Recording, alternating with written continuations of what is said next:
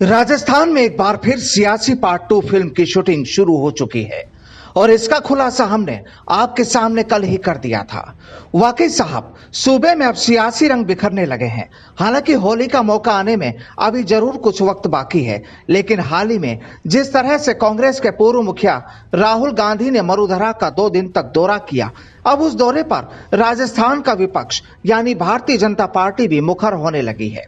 और शुरू हुआ मुखालफत का दौर भी कुछ इस तरह शुरू हुआ कि बस सवाल दर सवाल। अब जनाब देखिए, राहुल गांधी यूं तो राजस्थान आए थे किसानों के लिए बात करने, उनके लिए लड़ाई लड़ने का आगाज करने, लेकिन भाजपा कहती है कि वो तो बस ये सोचती थी कि अब कम से कम 2 दिन के लिए तो मनोरंजन होगा, लेकिन यहां तो ऐसा भी नहीं हो पाया। अब जरा भाजपा प्रदेशाध्यक्ष सतीश पूनिया के ट्वीट की उस इबारत पर गौर कीजिए जिसमें पूनिया ने राहुल की जनसभा पर तो तंज कसे ही, साथ ही वो सूबे के मुखिया अशोक गहलोत और पूर्व डिप्टी सीएम सचिन पायलट को भी लपेटने में नहीं चूके। चलिए आपको बताते हैं कि आखिर पूनिया ने कैसे उठा दिए सवाल। राहुल की रैली में मंच पर ना कांग्रेसी नेताओं के दिल मिले, ना ही नजरें मिली। विग्रह मंच एवं बाहर दोनों जगह है और खाट भी टूट गई। प्रदेश में कांग्रेस के हालात देखकर स्पष्ट है कि सरकार और संगठन दोनों के अंदर विग्रह है। इनके संगठन की नीचे तक की इकाइयां पूरी तरह कमजोर है। अब साहब, पायलट साहब की खाट जरा क्या टूटी। बीजेपी ने तो अब चारपाई पर ही सियासी चौसर बिछा दी। अब खाट अगर पायलट की टूटी तो सवाल ये कि बीजेपी परेशान क्यों हुई।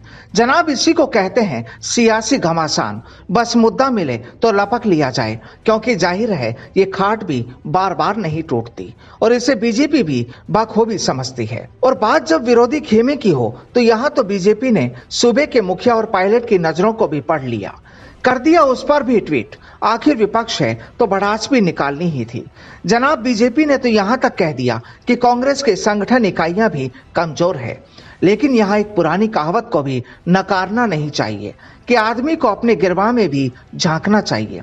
लेकिन साहब, इसके लिए सिर झुकाना होता है, क्योंकि गर्दन अगर झुकेगी नहीं तो फिर वो कोई शख्स हो या फिर कोई सियासी पार्टी, उस पर अड़ियल होने का टैग भी लग ही जाता है।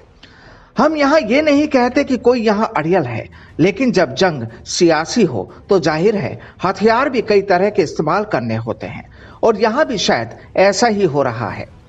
अब देखिए, बीजेपी के मुखिया ने तो ये भी कह दिया कि राहुल के इस दौरे के दौरान पीलीबंगा में वो विधवाएं धरने पर बैठी थीं जिनके पतियों ने कर्ज माफी से परेशान होकर आत्महत्या कर ली थी।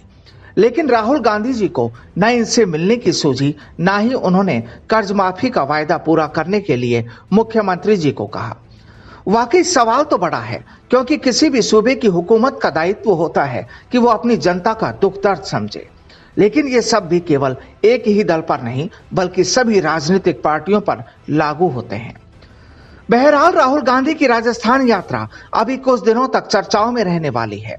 एक तरफ जहां विपक्ष के तीर कमान से निकल रहे हैं तो दूसरी ओर राजस्थान में तैयार हो रही सियासी फिल्म पार्ट 2 के कई शॉट्स भी फिल्माए जा रहे हैं।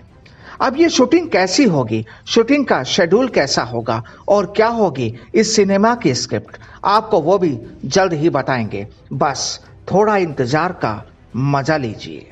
Bureau report, the fact India.